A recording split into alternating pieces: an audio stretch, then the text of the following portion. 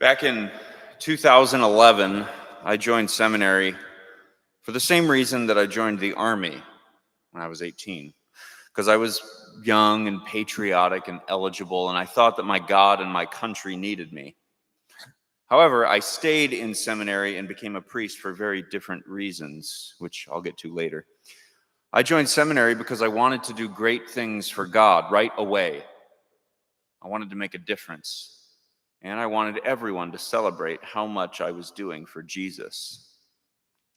So I started to read about and imitate the example of all the great saints who lived courageous lives of greatness and sacrifice.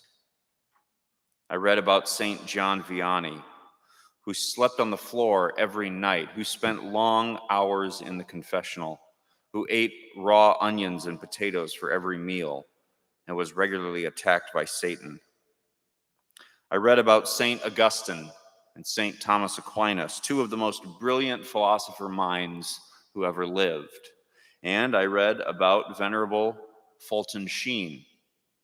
He's a famous Catholic priest who had his own TV show, and he even won an Emmy. I discovered very quickly that I did not measure up, and I became extremely discouraged because I lacked their greatness. I threw those books in the back of my closet and didn't touch them for years. When I finally stopped seeking and grasping for greatness, it was then that one of my very best friends, a little girl from France, contacted me. In a book called The Story of a Soul, Saint Therese of Lisieux writes her autobiography. She was born in 1873, and she is a saint whose feast day we celebrate today, October 1st. As a young girl, she, too, read about the mighty saints and the heroes of the past, and she wanted to imitate them and do great things for God. She wanted to be a missionary for China. She wanted to perform miracles. She even wanted to be the head of her own religious order. But she never achieved these great works or goals. She never advanced beyond the stage of novice in the convent, and she died at the age of 24 of tuberculosis. But her story was just beginning. This strange and quiet little nun had an impact on all the other nuns in the convent. They started writing down her wisdom and her stories, and they started compiling her journals. And today, her book, The Story of a Soul, is where you can read about the infinite greatness that this little saint achieved. In the book, she talks about her little way to reach heaven and to become holy. She realized that she was way too small and weak to do the great things in the world. So instead, she decided to do small things with great love. This little way is how she lived her life. Whether she was sweeping the floor or cutting vegetables for supper or saying her daily prayers, she did everything with pure love for Jesus and her neighbor. And on her deathbed, she said, "I wish to spend my heaven doing good upon the earth." So I know this sounds like a book report for school, but I just can't help it. She's one of my favorite saints. Just like Saint Therese, I was looking for the fastest way to greatness and power by trying to imitate the saints instead of imitating Jesus. But I believe that Saint Therese prayed for me, sent me that little book, and taught me to do small things with great love. So I started to do the small tasks of each day with great love. I struggled with my philosophy homework. I took care of house chores in seminary, and I prayed for my brothers.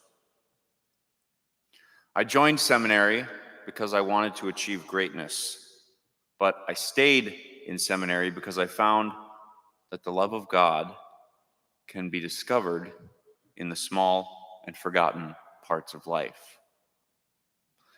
I didn't have love and I didn't have faith that these small things would eventually bring holiness.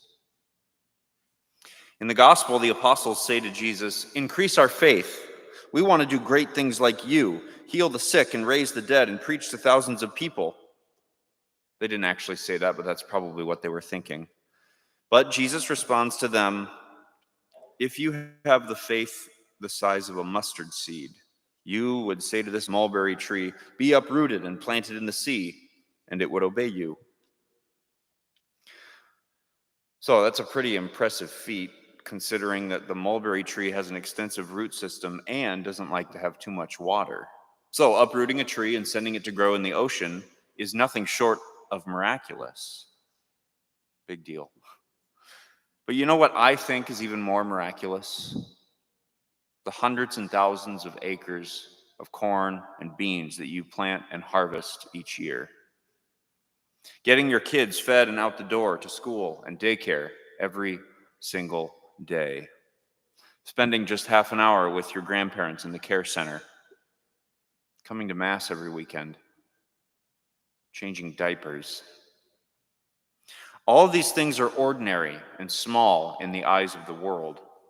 No one is going to write a book about them or congratulate you for doing them. But God sees them, and God values them. Every single small act is an opportunity to show great love and an opportunity to imitate God, who does do great miracles, yes, but he also showers endless small acts of great love on us each and every single day, like a hug from your grandson, a good price on bananas, a sunset. The small white host we're about to see on the altar, it doesn't weigh much and it dissolves pretty quickly in your mouth. And it seems like just a piece of bread. But just like St. Therese seemed like a harmless, quiet little nun who never achieved anything worthwhile, her little way sent her straight to heaven. And she is named one of the doctors of the church. I should mention, by the way, that St. Augustine and St. Thomas, who I mentioned earlier, these great titans of brilliance, are also doctors of the church. They are in the same group. So your daily tasks, your chores, and the little sacrifices for your family and farm, they may seem boring and unimportant, but these small things are the foundation of great holiness if we do them with great love. Starting today, after we receive Jesus in the Eucharist, the Lord is inviting us to follow the little way of St. Therese of Lisieux and achieve greatness by doing small things with great love. Amen.